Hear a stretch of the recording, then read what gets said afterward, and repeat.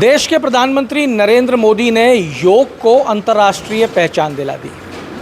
आज हिंदुस्तान में ही नहीं पूरी दुनिया में योग का दिवस नहीं, लोग निरंतर रूप पे योग करते हैं। योग को मान्यता मिली है, योग लोगों के जीवन का हिस्सा बना है, लाइफस्टाइल का पार्ट बना है। लेकिन इस योग को सिखाने वाले जो हैं वो अभी तक राजस्थान में संघर्ष कर रहे हैं। एक महासंघ है, अखिल राजस्थान योग प्रशिक्षक महासंघ। ये जो महासंघ है ये मांग कर रहा है कि हमको कम से कम इतनी तनख्वाह तो दे दी जाए राजस्थान में कि हम अपना घर चला सकें। आपको बता दें कि योग जो है वो प्रधानमंत्री के अनुसार योग सनातन की देन है। सनातन ने योग को पूरे विश्व में फैलाया और प्रधानमंत्री नरेंद्र मोदी ने इसका प्रचार किया। अगर कोई योग का प्रशिक्षक हिंदुस्तान में या राजस्थान में मैं कहूँ योग सिखाता है या योग से किसी को ठीक करता है तो उसको कितने पैसे मिलेंगे ये आप विचार कीजिएगा। मैं आपको कुछ देर में बताऊंगा। पर अगर यही प्रशिक्षक इस देश के बाहर चला जाता है तो वो 2 से 3 लाख रुपए महीना कमाता है। ये जो महासंघ के लोग मेरे साथ आप देख रहे हैं ये मांग कर रहे हैं राजस्थान सरकार से कि इतना पैसा दे दीजिए, क्योंकि इनको अभी मात्र 8,000 रुपये महीने के मिलते हैं जिसमें ये अपना घर भी चलाते हैं और लोगों को निरोगी रखने के लिए योग भी सिखाते हैं। आज ये एक जगह इकट्ठे हुए हैं जयपुर में, सरकार से मांग कर रहे हैं, क्योंकि योगी मानसिकता के लोग हैं इसलिए विरोध नहीं कर रहे हैं, है ना? जी जी जी, मांग ही कर रहे हो ना? मांग ही कर रहे हैं। प्रधानमंत्री ने योग को पूरे विश्व में प्रसिद्ध कर दिया, पूरा विश्व योग कर रहा है और योग सिखाने वाले आज मांग कर रहे हैं। क्यों भाई? देखिए सर, मैं आपको बताना चाहता हूं कि जो अखिल राजस्थान योग प्रशिक्षक महासंघ है इसका मैं प्रदेश अध्यक्ष हूं, डॉक्टर BL कुमावत। मैं आपको अवगत करवाना चाहता हूं कि राष्ट्रीय आयुष मिशन के तहत जुलाई 2021 में पहली भर्ती हुई थी जिसमें लगभग 450 पदों पर भर्ती हुई। पार्ट टाइम हमारे को लगाया गया था और राजकीय आयुर्वेद औषधालयों पर हमारे को 1 घंटे ड्यूटी पर रखा गया था। उस समय से लेकर के आज लगभग 4 साल हमारे पूरे हो गए। जुलाई गई, अगस्त चालू हो गया, 4 साल पूरे हो गए। लेकिन हमारे को महिला को मात्र 5,000 रुपये मिलते हैं और पुरुष को मात्र 8,000 रुपये मिलते हैं महीने के। लेकिन 1 घंटे तो जाना होता है कुमावत जी। 1 घंटे ही हम जाते हैं, ये बात सत्य है। लेकिन इसके अलावा जैसे मान लो CHO कह देता है हमें कि आज वहाँ पर आपकी ड्यूटी लगाई है शिविर में, तो हमें 5 बजे तक रुकना पड़ता है। कितने दिन होता है ऐसा महीने में ऐसे मान लीजिए राज्य सरकार की कोई भी कल्याणकारी योजना आ गई या कोई शिविर चला दिया, उस शिविर के अंदर हम 5 घंटे या 6 घंटे, आपकी बात मैं समझ गया। कितने दिन होते हैं ऐसा महीने में? ऐसा महीने में ऐसे मान लो 1-2 बार तो निश्चित 1-2 बार ये हो गया ही हो। उसके अलावा समय तय है क्या? 1 घंटा और 1 घंटे का समय कोई तय नहीं है। 1 घंटा केवल वहाँ योग करवाते हैं। इसके अलावा आने जाने का जो है हमारा कम से कम 3 या 4 घंटे का समय पूरा होता है, क्योंकि हमारे को जो ड्यूटी दे रखी है वो लगभग 15 से 20 किलोमीटर दूर है। तनख्वाह आपकी राजस्थान में 8,000 है या पूरे देश के अंदर? आपने आयुष मिशन की बात की तो ये पूरे देश के अंदर ही 8,000 है या आपकी राजस्थान में ही 8,000? राष्ट्रीय आयुष मिशन के तहत जो योजना चला रखी है उसमें तो ये तनख्वाह 5,000 8,000 ही है। लेकिन अन्य राज्यों में हमने भी पेपर खंगाले हैं, उनमें हमने देखा है कि कई राज्यों ने अपनी अलग पॉलिसी बना रखी है योग प्रशिक्षकों के लिए। उनका वेतन 30 से 35 हज़ार के बीच में है। 30 से 35 हज़ार, लेकिन वो नौकरी फुल टाइम है। नौकरी फुल टाइम है। तो हम ये मांग कर रहे हैं कि जैसे जो आयुर्वेद औषधालय है, आयुर्वेद औषधालयों में और भी अन्य काम है, जैसे परिचारक की पोस्ट है खाली है, हम वो काम करने के लिए तैयार हैं। इसके अलावा और भी जैसे फीडिंग का काम है, कंप्यूटर ऑपरेटर का काम है। हम योग प्रशिक्षक सभी RS CIT डिप्लोमा किए हुए हैं और भी हमारे पास अन्य डिग्रियाँ हैं। हम कोई अन्य क्षेत्र में सारे ही काम योग वाले कर लोगे तो बाकी लोग कहाँ जाएंगे? ऐसा क्या कर रहे हो? हाँ जी, मैं सरकार को बताना चाहूँगा कि हमारे साथ में बहुत बड़ा छलावा हो रहा है गवर्नमेंट की तरफ से। एक तरफ तो सरकार कह रही है कि मतलब भारत को विश्व गुरु का दर्जा मिल गया योग के क्षेत्र में, और एक तरफ मतलब हमारे लिए कुछ नहीं है। लोगों को स्वास्थ्य के लिए जागरूक करना, उनको छलावा कैसे हो रहा है आपके साथ में? नाम बताओ। छलावा, मेरा नाम है दिनेश, मैं करौली से हूँ, जिलाध्यक्ष। दिनेश जी बताओ छलावा कैसे हो रहा है? छलावा अगर स्किल्ड लेबर की बात करें तो स्किल्ड लेबर को 1 घंटा काम करने के या 1 दिन काम करने के जो वेतन जो तय है, जो पेमेंट किया जाएगा वो 600 रुपया है, आपको तो 1 घंटा काम करने का 8,000 रुपये दिया जा रहा है महीने का। ये कहने में 1 घंटा मात्र है, लेकिन इस 1 घंटे की वजह से हमारा पूरा दिन का सर्कुलर खराब हो जाता है। कई योग टीचर्स ऐसे हैं जिनको 20 से 25 किलोमीटर दूर जाना पड़ता है, तो यानी 1 घंटा जाने का, 1 घंटा आने का, 1 घंटा रुकने का। उसके बावजूद भी जैसे कई ऑफिशियल काम होते हैं हॉस्पिटल के अंदर, तो वो भी करने पड़ते हैं, वो भी सारे हमारे ऊपर ही लाद दिए जाते हैं। वो सारे काम मजबूरन करना पड़ता है, जॉब छोड़ नहीं सकते। उम्मीद तो कहीं है ही सरकार से कि जब योग के प्रति इतना लगाव है। काम क्या होता है आप लोगों का? जी काम तो हमारा, मेन काम तो हमारा है योग करवाना, यानी जो बीमार है उनको सही करना योग के जरिए, यानी जो बीमार नहीं है। फिजियोथेरेपी को कहीं ना कहीं आप लोग योग से रिप्लेस कर रहे हो? नहीं, फिजियोथेरेपी एक अलग चीज़ हो जाती है। ये तो एक व्यायाम है, आसन है, अपने आप में मतलब एक ध्यान करना, लोगों को सिखाना कि कैसे करना है, घर जाके इस तरीके से प्रैक्टिस। सिखाने का जो तजुर्बा है, एक सही जो स्टाइल है, लाइफ स्टाइल के बारे में बताना, योग की जो स्टाइल है कैसे। बताओ, अगर योग मैं सिखाता हूँ और योग सीखने के लिए तो आज यूट्यूब पे दुनिया भर की चीज़ें मौजूद है, सरकार आपको 8,000 भी क्यों दे?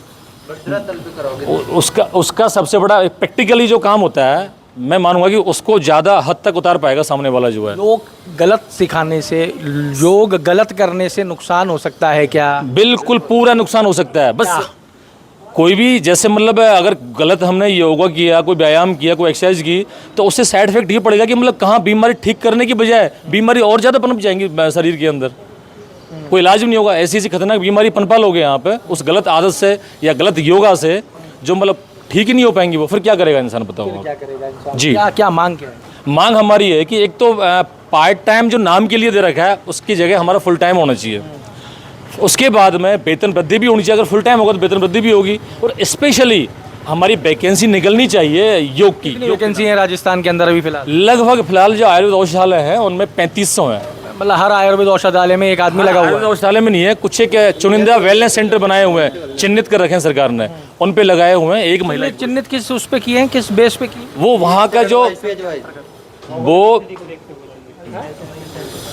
भौगोलिक स्थिति को देखते हुए और जो हॉस्पिटल, जिस हॉस्पिटल ने अच्छी परफॉर्मेंस दी है। अच्छा चलो, आप तो योग के प्रशिक्षक को एक सवाल का जवाब दे दो, योग की आवश्यकता सबको है कि भौगोलिक देख के? नहीं, वो क्या है कि कई जगह रूपरेखा भी देखनी पड़ती है। जहाँ पे हम करौली से बिलोंग करते हैं, हम, मेरी बात सुनो, आप, मैं कहना बताना चाहूंगा, अब बरसात हो रही है वहाँ पे, कई नदी नाले इस तरह की भौगोलिक नहीं सकते, स्कूल भी बंद है। बिल्कुल, तो योग भी थोड़े दिन के लिए बंद हो जाएगा? नहीं, लेकिन जब वही तो सबसे बड़ी प्रॉब्लम है, तो 2 महीने ही होना चाहिए।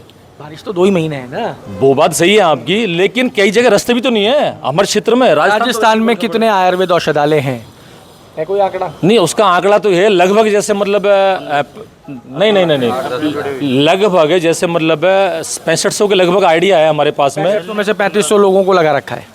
जी नहीं, लगभग 1700-1800 यानी 3500 टोटल है। एक वेलनेस सेंटर पे एक महिला और एक पुरुष है। अच्छा, एक महिला और एक पुरुष। जी। तो मतलब बहुत स्कोप बाकी है। जी जी सर जी। अभी योग के अंदर डिप्लोमा डिग्री करके निकलने वाले बच्चों की संख्या कितनी है? अभी वर्तमान में आप बताएंगे हम कि कई लोगों को बहुत संख्या है, हज़ारों की संख्या में बच्चे कर रहे हैं योग, BNYs कर रहे हैं, बड़े बड़े कोर्स कर रहे हैं, लेकिन वैकेंसियाँ नहीं करेंगे तो इसका योग का महत्व क्या रहेगा, ये बताइए। और उनको रोजगार नहीं मिल रहा। सरकार ये कहती है कि ये तो सेल्फ क्या कहते हैं उसको, स्वयं के पैरों पे खड़ा हुआ आत्मनिर्भर वाला काम है, आप और भी बाहर बहुत सारी जगह जाके योग सिखा सकते हैं। सिखा सकते हैं, लेकिन सभी आदमी थोड़ी जा सकते हैं। लेकिन व्यवस्था, सभी आदमी बीमार रहते हैं, सभी आदमी व्यवस्था, सरकार ये चाहती है सभी बिना दवाई, एलोपैथिक के बिना स्वास्थ्य आप ठीक कर सकते हो तो योग कर सकता है। अगर पेशेंट आपको 12 बजे आ जाता है, किसी का पेट दुख रहा है, किसी का सिर दुख रहा है, हम पॉइंट दबाते थे, ठीक कर देते हैं। हम ये चाहते हैं किसी की आंखें पॉइंट योग का हिस्सा है क्या? एक्यूप्रेशर पॉइंट का हिस्सा है। योग का तो नहीं है ना? योग का ही है। क्या कह रहे थे आप? एक्चुअली क्या है कि जैसे आपने बोले कि आपने अभी बोला कि आत्मनिर्भर बन के आप कहीं और भी काम कर सकते हैं। हमारी जो पोस्टिंग है सर गांव में है। अब गांव के अंदर दूसरी जगह कहाँ सिखाते हैं? गांव के लोग और तो पेड़ करके तो करते ही नहीं। देखिए यही बात मेरे भी जहन के अंदर थी कि अगर 1 घंटे के अंदर उस हेल्थ सेंटर के ऊपर गाँव के लोग आ गए और योग सीख गए तो फिर घर कौन बुलाएगा? और घर क्यों बुलाएगा? जब वो सुविधा सरकार की तरफ से उपलब्ध है तो फिर घर पे कोई भी सुविधा लेने के लिए इनको एक्स्ट्रा पैसा क्यों देगा? यहाँ पे हमारे साथ एक महिला योग प्रशिक्षक भी हैं, आइए। नाम बताएं आपका। मेरा नाम है पूनम कुमारी। क्या कोई समस्या आती है क्या? समस्या तो बहुत आती है, समस्या काफ़ी है। 5,000 रुपये महिलाओं को दे रहे हैं। महिलाओं को तो 5 ही मिलता है। 20 तो महिलाओं को कम समय काम कराते हैं क्या? हाँ, 20 घंटा दे रखा है महिलाओं को महीने में। तो सैटरडे संडे कट गए तो पुरुष और महिला समान नहीं, हाँ पुरुष और महिला समान नहीं है, तो हम सरकार से गुजारिश करने के दोनों को समान वेतन दिया जाए। योग की स्थिति क्या है? महिलाओं को, आप महिलाओं को योग कराते हो ना, गांव के अंदर महिलाओं की स्थिति क्या है? महिलाओं के अंदर खूब जागरूक है महिला योग के प्रति। हाँ, आंगनबाड़ियों में कराते हैं, वेलनेस सेंटर भी करवाते हैं। तो जब महिला आपके पास आती है, महिला ही महिला की से बात कर सकती है, महिला को क्या समस्या है? नॉर्मली हिंदुस्तान की स्थिति ये, हमारे ग्रामीण परिवेशों की स्थिति ये कि महिला अपनी बात किसी से कह नहीं पाती है। तो क्या महिला को पता होता है क्या कि ये योग मेरे लिए फ़ायदेमंद हो जाएगा, या महिला आपके पास कह के जाती हो कि भाई मेरे को बड़ा फ़ायदा होगा इस चीज़ से? हाँ, कह कर जाती, बिल्कुल। काफ़ी पेशेंट आते हैं और वो अपना ट्रीटमेंट भी लेते हैं योगा से और बिल्कुल ठीक भी होकर जाते हैं। अगर लोग नियमित योग करें, नियमित, है ना, तो आपको क्या लगता है कितना % दवाई और अस्पतालों का खर्चा बचाया? अगर नियमित योग करेगी ना तो 100% आराम आएगा। हाँ, 100%। बचाया कितना जा सकता है? बचाया तो देखो उस पर डिपेंड करता है कि ये उसको बीमारी कितनी है और उसके हिसाब से वो योगा खत्म भी हो सकती है और बीमारी आगे वाले भविष्य में बढ़ेगी भी नहीं। ये यहाँ लगातार करेंगे तो नहीं बढ़ेगी, नहीं बढ़ेगी। देखिए, ऐसा है, प्रधानमंत्री ने योग की शुरुआत कराई और ये बात सही है कि पूरी दुनिया योग कर रही है, और ये बात भी सही है कि अगर आप नियमित योग करते हैं तो योग से आपकी बीमारियां जो हैं वो घट जाएंगी और आने वाली जो बीमारियां हैं वो कम हो जाएंगी। तो योग का स्कोप बहुत है। एक चीज़ इनसे बातचीत में और निकल के आई, वो ये कि अगर ये निरंतर योग लोगों को करवाने में कामयाब होते हैं, ख़ास तौर से ग्रामीण परिवेश की महिलाएं और वहाँ के पुरुष अगर योग करने में कामयाब होते हैं, तो दवा का खर्चा बहुत स्तर तक कम किया जा सकता है। ये मांग कर रहे हैं 8,000 और 5,000 रुपये महीना मिलता है। कहने को तो नौकरी 1 घंटे की है, पर वो 1 घंटे की नौकरी आप भी विचार करके देखिएगा कि आपको 1 घंटे के लिए अगर कोई बुलाए तो उसमें लगभग आधा दिन चला जाता है। हमें भी उसमें प्रचार हमें ही करना है। डीडी प्रचार हम कर देंगे, प्रचार के पैसे इनको ना दिए जाएं, भाई मीडिया वालों को दिए जाएं प्रचार के पैसे। तो मीडिया वालों को दिया जाए वो अलग बात है। सरकार की जो पॉलिसी है वो थोड़ा इसलिए है कि इन्होंने 1 घंटा हमें दिया, लेकिन अब जहाँ से डिस्ट्रिक्ट से ऑर्डर आते हैं, डिस्ट्रिक्ट ऑर्डर कहती है कि हमारे ऊपर से ऑर्डर आया है कि आप स्वयं उस गांव में जाकर 1 घंटा लगे चाहे 2 घंटे लगें, आप उसका प्रचार खुद करो। आपके पास व्यक्ति आते हैं, बहुत अच्छी बात है, ग्रामीण आना भी चाहते हैं, लेकिन कई बार समय इन्होंने निर्धारित कर दिया, जैसे कि 7 बजे कर दिया।